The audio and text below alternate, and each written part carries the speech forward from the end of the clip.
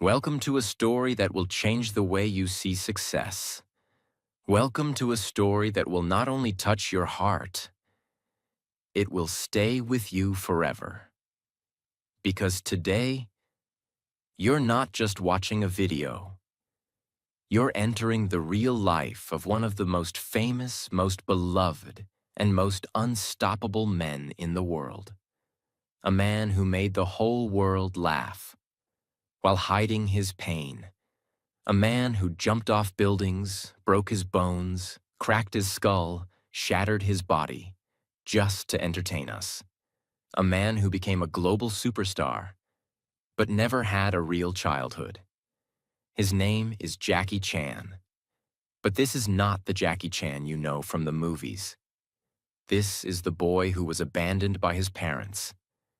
The child who was beaten into discipline.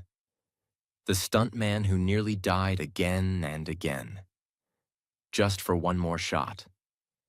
The legend who made billions, then gave it all away. And the old man who looks back at his life, wondering if he forgot to live. In this video, you will discover the brutal training Jackie survived as a child, the heartbreak of being separated from his parents for 10 years, the dangerous stunts that almost ended his life, the loneliness of global fame, the regret he carries about his son, and the ultimate truth he learned after decades of sacrifice. You will also learn how real success is built, not with shortcuts, but with discipline, failure, heartbreak, and courage. And here's the best part. This video will also improve your English. Because as you listen to this story, told in easy, emotional, clear English, your brain will connect deeply with real vocabulary, natural sentences, and powerful storytelling. You won't just learn about Jackie Chan. You'll start thinking in English as the story flows into your mind. So get ready. Get ready for a story that is not just emotional, not just motivational, but one that will stay with you for life. Let's begin. Part 1. The Boy with No Home, Jackie Chan's Painful Beginning. Jackie Chan was not born rich, he was not born strong, and he was definitely not born famous. He was born as a poor child in Hong Kong on April 7, 1954. His real name was Chan Kong Sang, which means born in Hong Kong, because his parents had just escaped from civil war in China. They were refugees. They had nothing. His father, Charles Chan, worked as a cook. His mother, Li Chan, worked as a housemaid. They didn't have money for toys. They didn't have time for love. They didn't even know how to raise a child. So when Jackie was born, they gave him to someone else for a few years, just so they could survive. He grew up alone, and the only thing he understood, even as a small child, was this: I have to be strong. Nobody is coming to save me. When Jackie was 6 years old, something happened that changed his life forever. His parents got a job offer to work in Australia.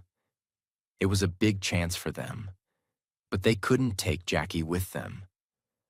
So they made a decision that would leave a scar in his heart for the rest of his life. They left him behind. They enrolled him in a place called China Drama Academy, a boarding school for Chinese opera performers. But it was not really a school. It was more like a military prison for children.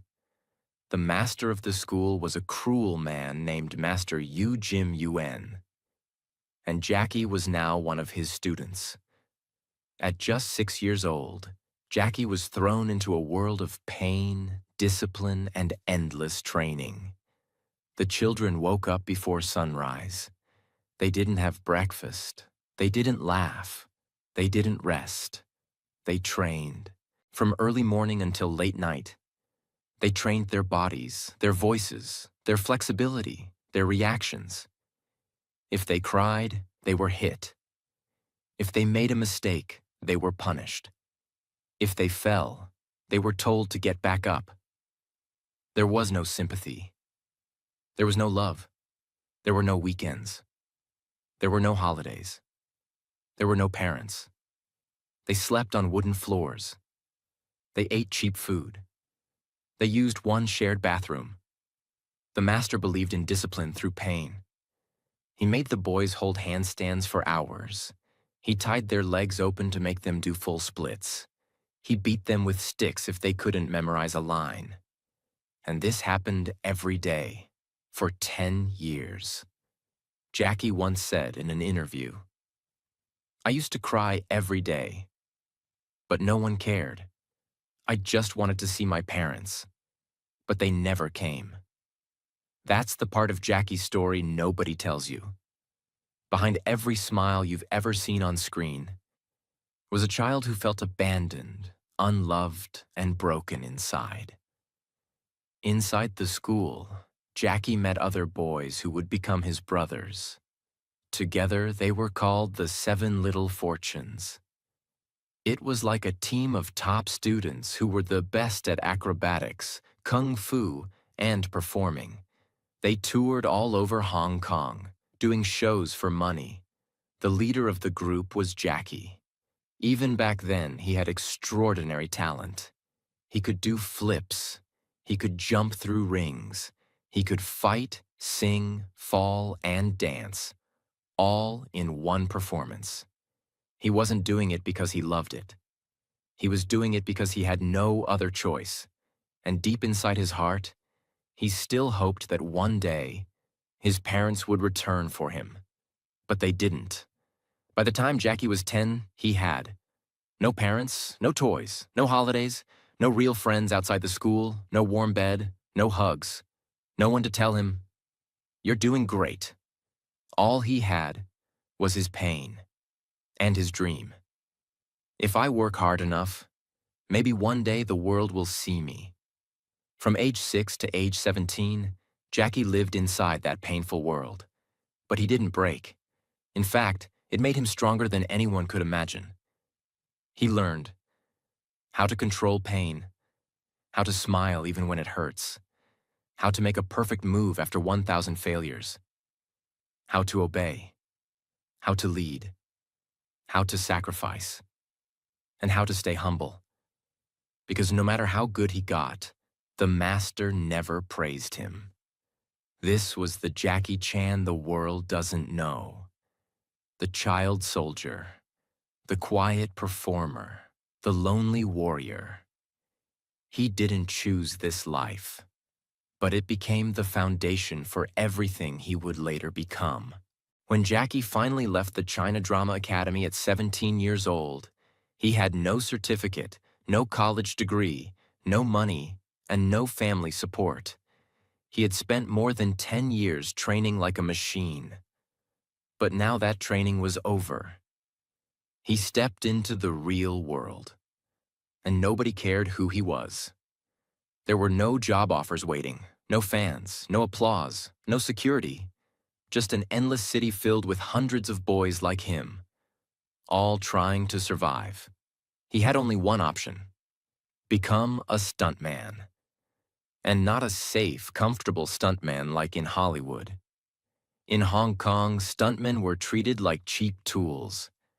Producers didn't care about safety. Directors didn't care about injuries. If you got hurt, they would simply replace you with someone else. But Jackie didn't have a choice. He needed to eat. He needed a future. So he said yes, and walked straight into the most dangerous chapter of his life. Jackie started working as an extra in low-budget kung fu films. He was not the hero. He was not even the villain. He was the man in the background who gets punched once and falls down. Sometimes he was a bandit, sometimes a bodyguard, sometimes just fighter number 4. Nobody cared what his name was. Nobody gave him lines. Nobody even gave him proper safety gear. All they gave him was a quick direction: jump from here, get kicked, fall down, don't cry. And Jackie followed every order. He jumped off balconies, rolled down stairs, crashed through tables, fell flat on his back, landed on his face, got kicked in the teeth, hit with real wooden sticks, thrown into walls, almost drowned, lost teeth, dislocated bones, and once almost broke his neck. But he never said no. Why? Because deep inside, he still had one dream. If I do this better than anyone else, maybe one day they'll remember me. One day in the early 1970s, Jackie got hired as a stuntman for a film called Enter the Dragon. And this was not just any movie. It was the first major Hollywood martial arts film. And the star of the film was none other than Bruce Lee. Bruce was already a legend, a global icon. Every stuntman wanted to work with him, even for a few seconds. And Jackie got his chance. In one scene, Jackie was supposed to run at Bruce and get hit hard to show Bruce's power. That was it. 1 second of pain, 1 second of visibility. Jackie ran. Bruce hit him hard with a stick, and Jackie fell so hard that he forgot where he was. But what happened next changed Jackie's life. Bruce Lee stopped the scene, rushed over, and helped Jackie up. He touched Jackie's head gently and asked, "Are you okay?" It was such a small moment, but for Jackie, it was the first time someone important noticed him. He pretended he was still hurt, just to enjoy a few more seconds of Bruce Lee's kindness. 1 second made Jackie believe, if Bruce Lee can become a global icon, maybe I can too. But I'll have to find my own way because Jackie knew something. He could never become Bruce Lee. Bruce Lee was serious, powerful, clean, perfect. But Jackie? He was always falling, always messy, always funny. So Jackie made a decision. I won't copy Bruce Lee. I'll do something nobody else does. I'll be the man who fights and falls, who fights and laughs, who fights and gets hurt, but gets back up. That was the moment Jackie began to shape his future. Even after working with Bruce Lee, Jackie's life didn't change instantly. For years, he was just another nameless man getting kicked on camera. Producers laughed at him. Directors ignored him. Nobody gave him a main role. Some even said, "Your face is not good for movies. You look funny. You don't talk like a hero. You can't be the lead actor." It would have broken most people, but Jackie kept going. He worked 18 hours a day, slept on studio floors, ate cheap noodles.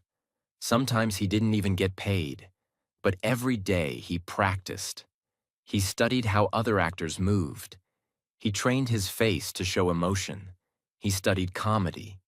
He trained his body to fall safely but look painful. He rehearsed thousands of stunts until they looked real but controlled. Because Jackie had a secret mission. One day, I will create a new kind of hero. A hero who makes you laugh while bleeding. A hero who doesn't always win, but never gives up. In 1978, Jackie was offered a role in a film called Snake in the Eagle's Shadow. It was a low-budget kung fu comedy. But for the first time, Jackie was allowed to mix martial arts and comedy. He played a weak, silly young man who learns kung fu in a strange way, using humor, surprise, and fast movements. The audience loved it. They had never seen anything like this before.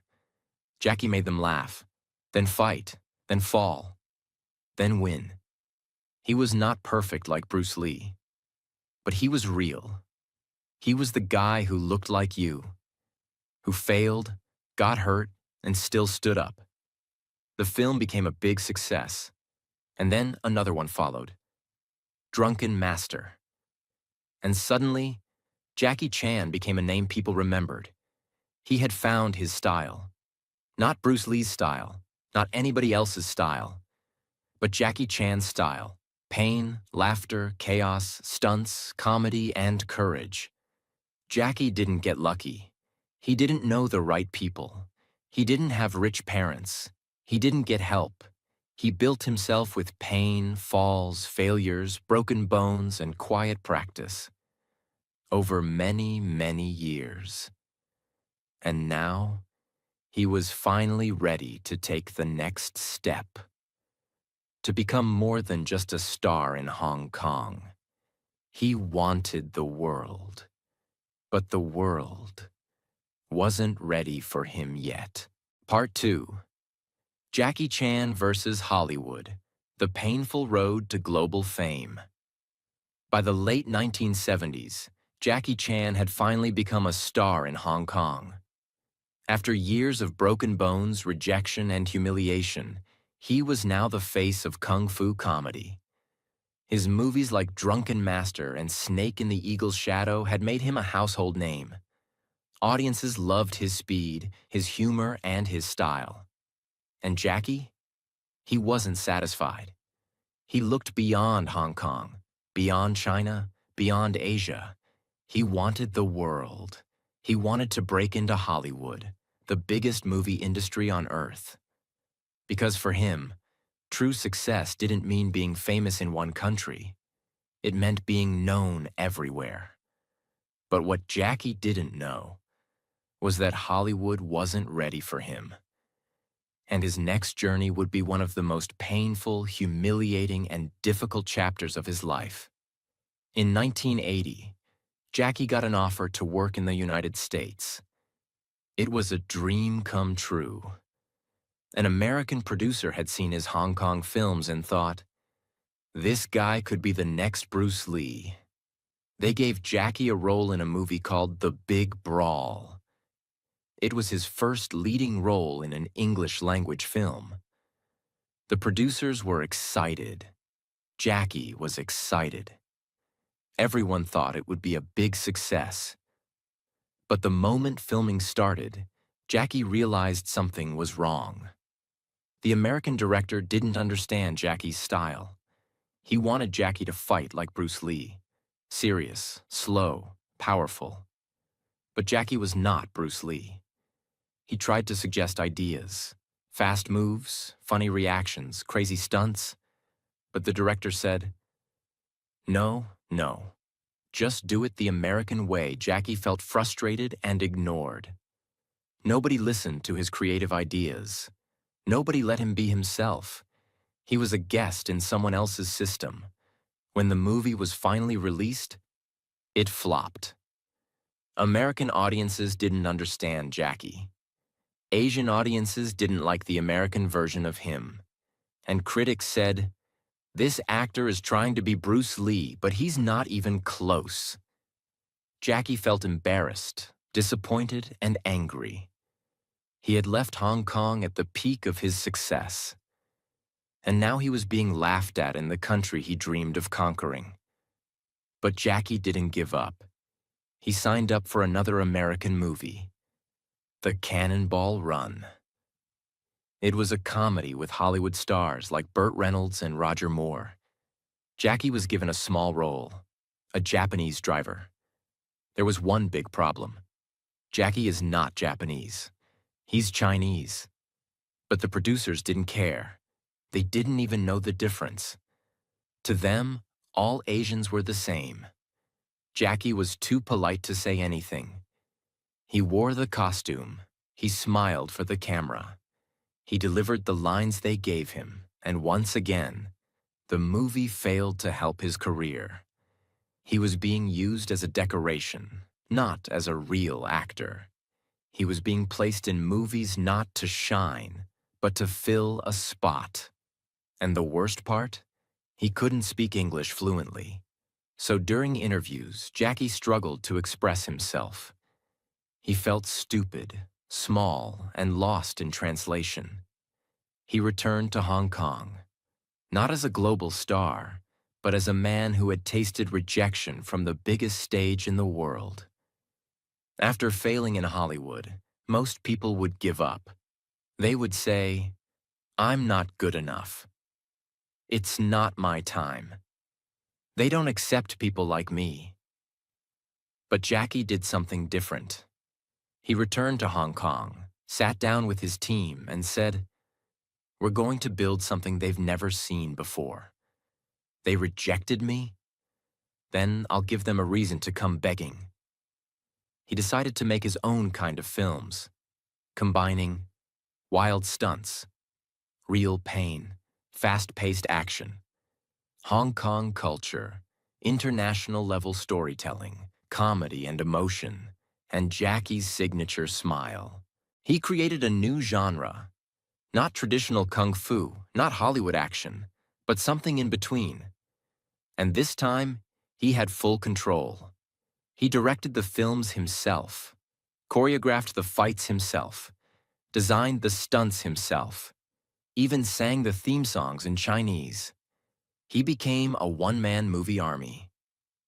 From 1985 to 1995, Jackie made film after film, each one more insane than the last. Some of his most iconic works during this period: Police Story, where he slides down a 5-story pole covered in lights; Project A, where he falls from a clock tower and lands on his head; Armor of God, where he jumps between trees and cracks his skull open; Rumble in the Bronx, where he breaks his ankle and keeps filming with a sock painted to look like a shoe. Every single film had real danger, real blood, and real Jackie Chan pain. He did not use stunt doubles. He did not use CGI.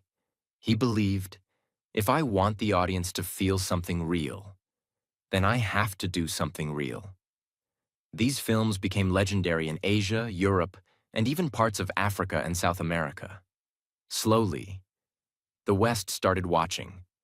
American fans started saying, "Who is this guy? Why does he risk his life in every movie? This is better than anything we have in Hollywood." Hollywood producers began to notice.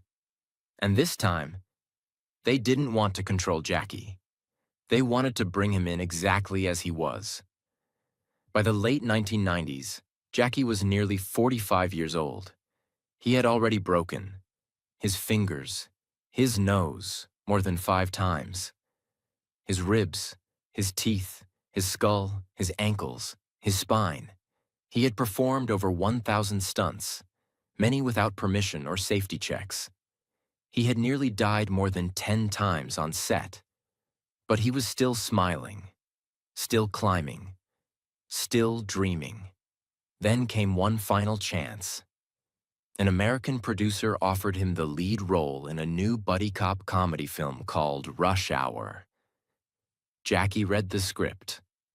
It was funny, it was fast, and the co-star would be Chris Tucker, a loud, energetic African-American comedian.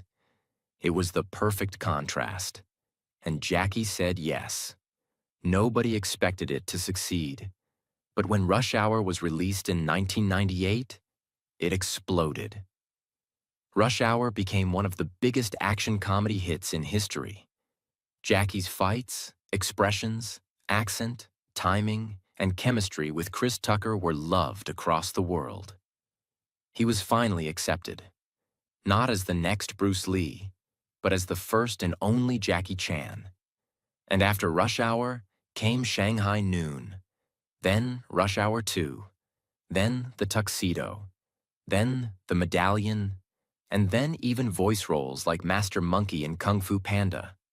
The same man who had once been laughed at, rejected, and ignored by Hollywood was now invited, respected, awarded, and loved by Hollywood. For the first time in his life, Jackie Chan was no longer fighting for attention, no longer chasing fame, no longer struggling for a break. He had become a global icon. From Hong Kong to Hollywood, everyone knew his name. His movies were everywhere. In every cinema, on every TV, in every language. He had money, awards, fans, respect, and a long list of directors begging to work with him. But something was wrong. Something inside Jackie didn't feel complete. In fact, He was feeling something worse than emptiness. He was feeling guilt. Because while he was climbing the mountain of success, there was one part of his life he had left far behind: his family. And the first person that came into his mind was his son. Jackie Chan had a son named J.C. Chan, born in 1982. Jackie was 28 at the time, already a rising star in Hong Kong. But even when J.C. was born, Jackie wasn't ready to become a father. He was still working day and night on film sets, jumping through windows, falling off buildings, doing press tours, flying between countries. He wasn't home. He didn't attend school meetings.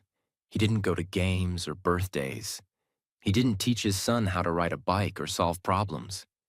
Instead, Jackie said to himself, "If I make more money, I can give my son a better future." But what JC wanted wasn't money. He wanted his father. By the time Jackie realized this, it was too late. JC had grown up feeling ignored, unseen, and unloved. In interviews, JC admitted that he was often raised by his mother, helpers, and private tutors, but rarely saw his father. And when they did talk, Jackie was not soft. He was strict. He was cold. He didn't know how to be emotionally present. Years later, Jackie wrote in his autobiography, "When I think about my son, I feel I've failed. I was too focused on success. I gave him everything, except myself." He admitted that he once hit JC so hard during an argument that his wife had to pull him away in fear. He later said, "I regret that moment every day." Jackie had grown up being beaten by his master. That was how he learned discipline. But he didn't realize his son wasn't him. JC wasn't a fighter. He wasn't a stuntman. He wasn't trying to be a martial artist. He just wanted to be a son. But Jackie couldn't see it then. He was blinded by ambition. JC tried to follow in his father's footsteps, entering the entertainment world. He studied music. He tried acting. But every time he appeared on screen, people said, "That's Jackie Chan's son. Let's see if he's like his dad. He better be great." The pressure was crushing, and JC struggled to find his own identity. He didn't want to flip off rooftops. He didn't want to fight 10 men at once. He wanted to sing, create, and just be himself. But being Jackie Chan's son means the world never lets you be normal. Jackie once said, "I gave my son too much. I tried to make up for my absence by giving him everything he asked for: cars, gadgets, opportunities. But I forgot to give him values. That was my mistake." He believed he was giving love by giving things. But what he missed was presence, emotion, patience, and listening. In 2014, JC was arrested in Beijing for drug possession. The news spread across the world instantly. He was sentenced to 6 months in prison. The son of Jackie Chan, known for discipline, strength, and clean living, was now in jail. The media went wild. Fans were shocked. Reporters asked, "How could Jackie's son end up like this?" But Jackie didn't blame anyone. He blamed himself. He released a public statement that said, "I'm ashamed. I feel pain as a father. JC must take responsibility, but I know this is also my failure. I didn't guide him well. I failed to be there when it mattered most." It was the most emotional public apology Jackie had ever made. Behind the strong body, the smiling face, and the fighter's heart was now a father full of regret. As Jackie entered his 50s and 60s, he started to reflect more deeply on life. He thought about his childhood. He thought about his pain. He thought about his career. But most of all, he thought about his legacy. He made a shocking decision. Jackie Chan announced that he would donate almost all his wealth to charity when he dies, not to his son. He said, if JC is capable, he can make his own money. If he's not, he won't know how to keep my money anyway. This made headlines around the world. Some people supported it, others were confused. But Jackie explained, I don't want to leave behind money. I want to leave behind values. My money came from pain. If my son doesn't understand that pain, the money will destroy him. He wanted JC to learn the way Jackie learned, by falling, by failing, and by growing strong through it.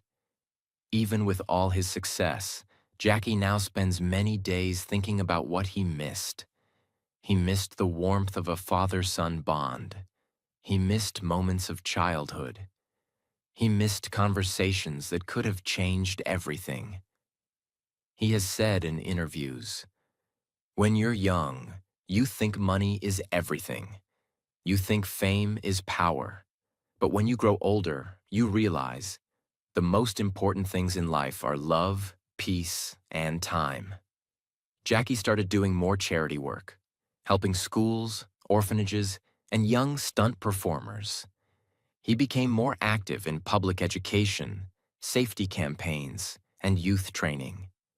He also began mentoring young actors, giving them advice he never received, because he didn't want others to repeat his mistakes. Jackie Chan remains a hero to millions, but his legacy is not simple. Some criticize his political opinions, some criticize his parenting, some feel disappointed in how he handled certain things. But one thing is clear. Jackie never pretended to be perfect. He always showed his scars, his wounds, and his failures. And maybe that's what makes his story so powerful. He's not a man of fantasy.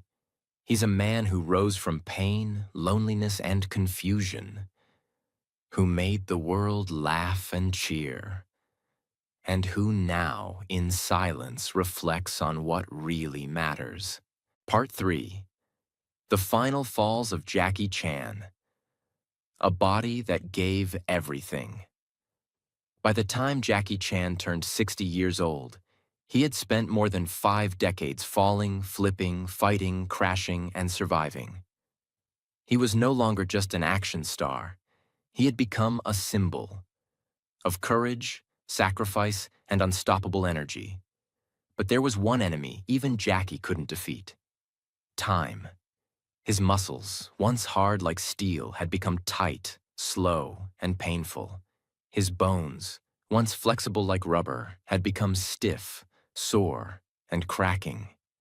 His heart, once wild with ambition, had become quiet, heavy, and thoughtful.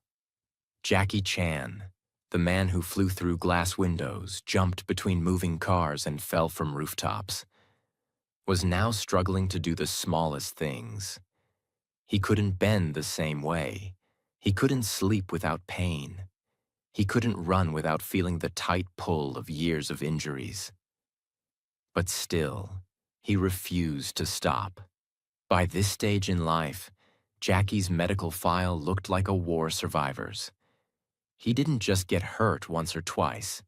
He was almost killed more times than most people can count. Let's look at the real list.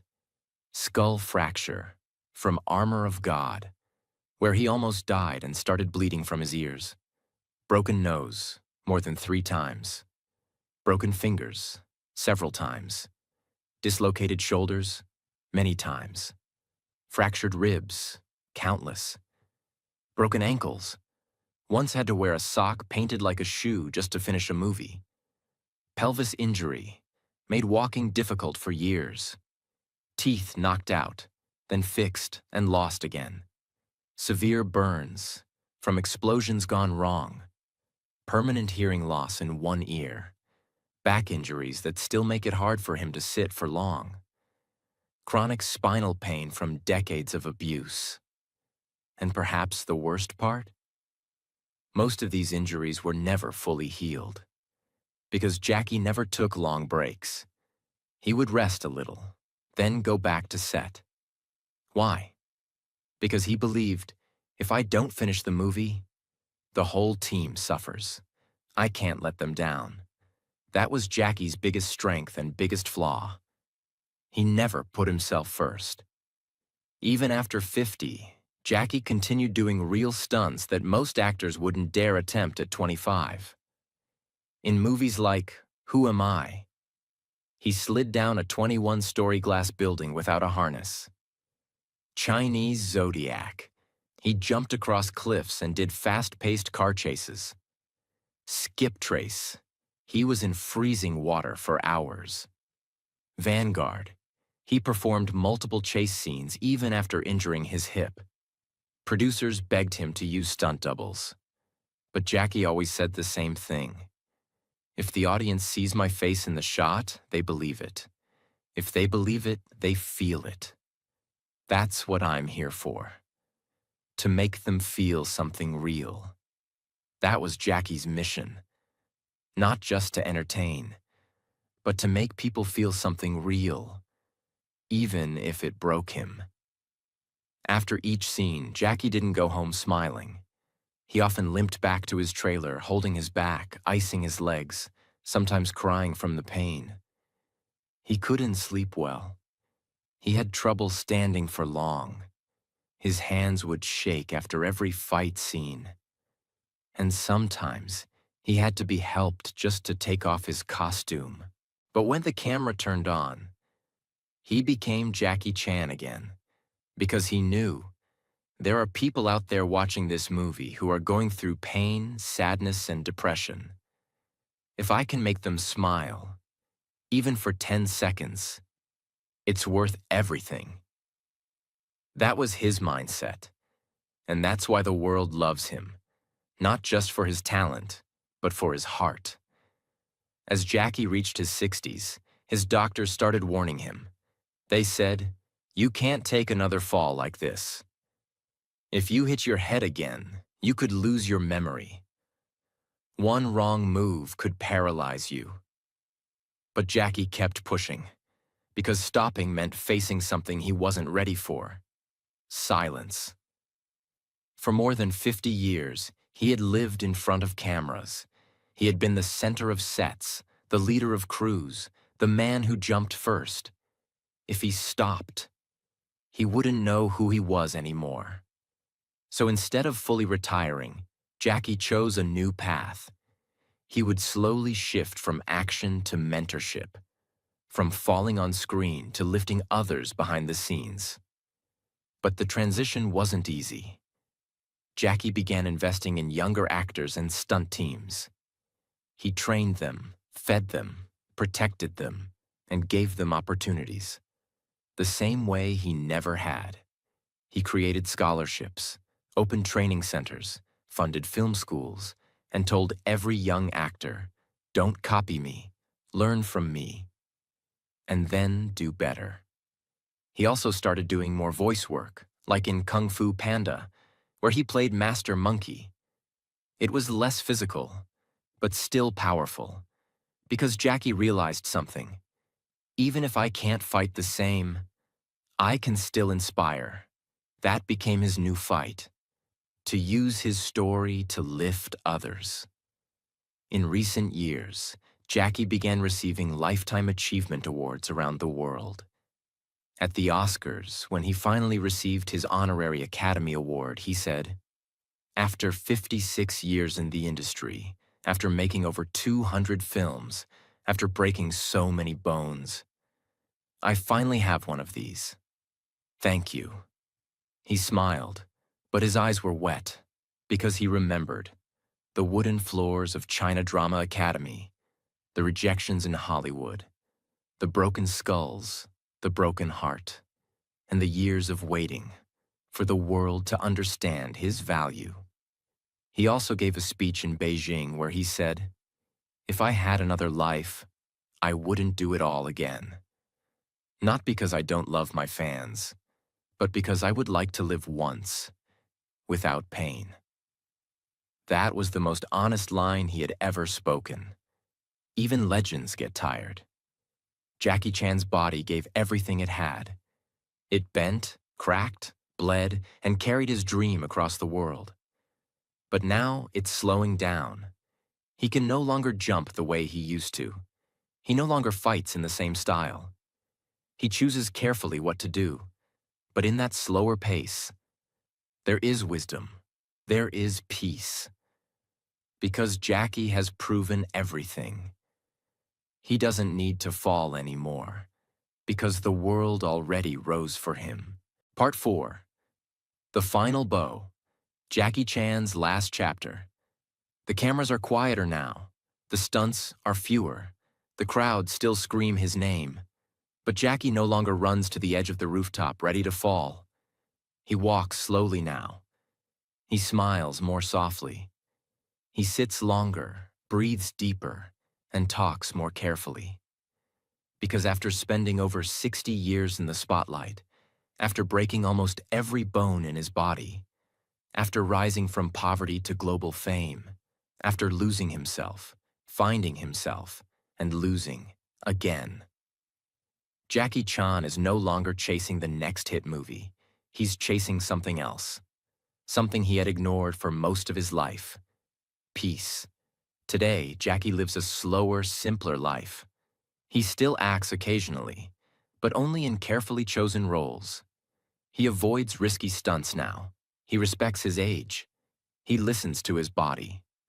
Most of his days are now spent training younger actors, writing and reviewing scripts, attending charity events, traveling to give talks at schools and universities, sitting quietly in nature, reading, meditating, or remembering. He often visits his old stunt team, many of whom are also aging, injured, or retired. They share stories, they laugh, sometimes they cry. Because those men are the only ones who truly understand the pain, the fear, and the glory of what they gave up for cinema. Jackie pays for their medical bills, supports their families, and always says, without them, there would be no Jackie Chan. This is who he is now, not just a star, but a protector of those who built him. Jackie knows that one day he won't be here anymore. So now, he's focused on what he leaves behind. He is actively building film museums that preserve Hong Kong cinema and martial arts history, charity schools for children from poor backgrounds, especially in rural areas, scholarships for young filmmakers and actors, stunt training academies to keep the art of real action alive, archives of all his films, footage, outtakes, injuries, and behind-the-scenes materials. He's also writing more, books, letters, reflections, for people who want to learn from his life. But Jackie doesn't want to be remembered just as a movie star. He wants to be remembered as a man who gave everything he had, and then still gave more. Jackie has spoken openly about his aging. In one interview, he said, "There are mornings I wake up and I don't know if I can walk straight. My knees hurt. My back screams. My fingers are stiff. But then I remember, I chose this." He no longer regrets the injuries. He accepts them. He calls them the price of a dream. But with that acceptance has come a new understanding, that the body breaks, but the mind must heal. That time is limited. That people disappear. That money fades. That pain teaches. That love matters more than fame. He has now reached a place in life where he says, I don't want more houses. I don't want more awards. I just want the world to become a little better. Because I was in it. Fame is not friendship. Jackie has millions of fans, but very few people who truly know him. He has admitted in multiple interviews that he sometimes feels deeply lonely. He walks through airports and people scream his name. He sits in a restaurant and strangers ask for photos. He smiles, always. But deep inside, he sometimes thinks, do they love me? or just the version of me they saw on screen. That's the silent pain of legends. Everyone knows your name, but very few understand your soul. And Jackie, even now, still feels like that little boy at China Drama Academy, trying to be strong when nobody is watching. Over the years, Jackie has given thousands of interviews, speeches, and talks. But there's one message he keeps repeating to the younger generation. Don't look for easy success. Look for real value. Don't copy others. Build your own path. Don't chase fame. Chase growth. Don't give up when it hurts. That's where real strength is built. He warns young actors, don't think I'm lucky. I worked through blood. I was laughed at, beaten, doubted, but I never stopped. He tells them, the best life is not the easiest one. It's the one where you can say, I gave everything. And that's what Jackie wants you to remember.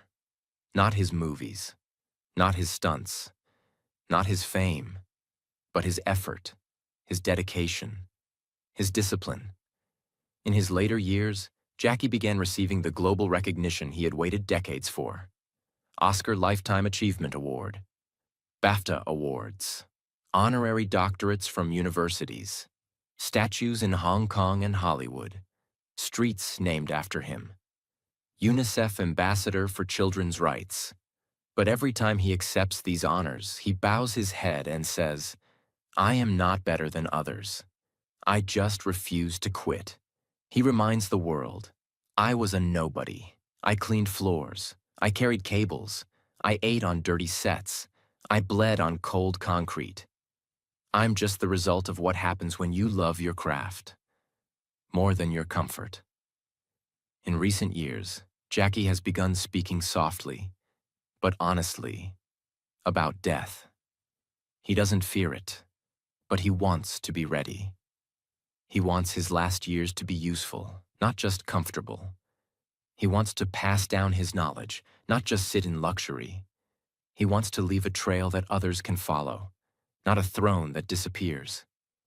He once said, one day my name will stop trending, my face will fade. But if I did my job right, some boy somewhere will keep going because of me.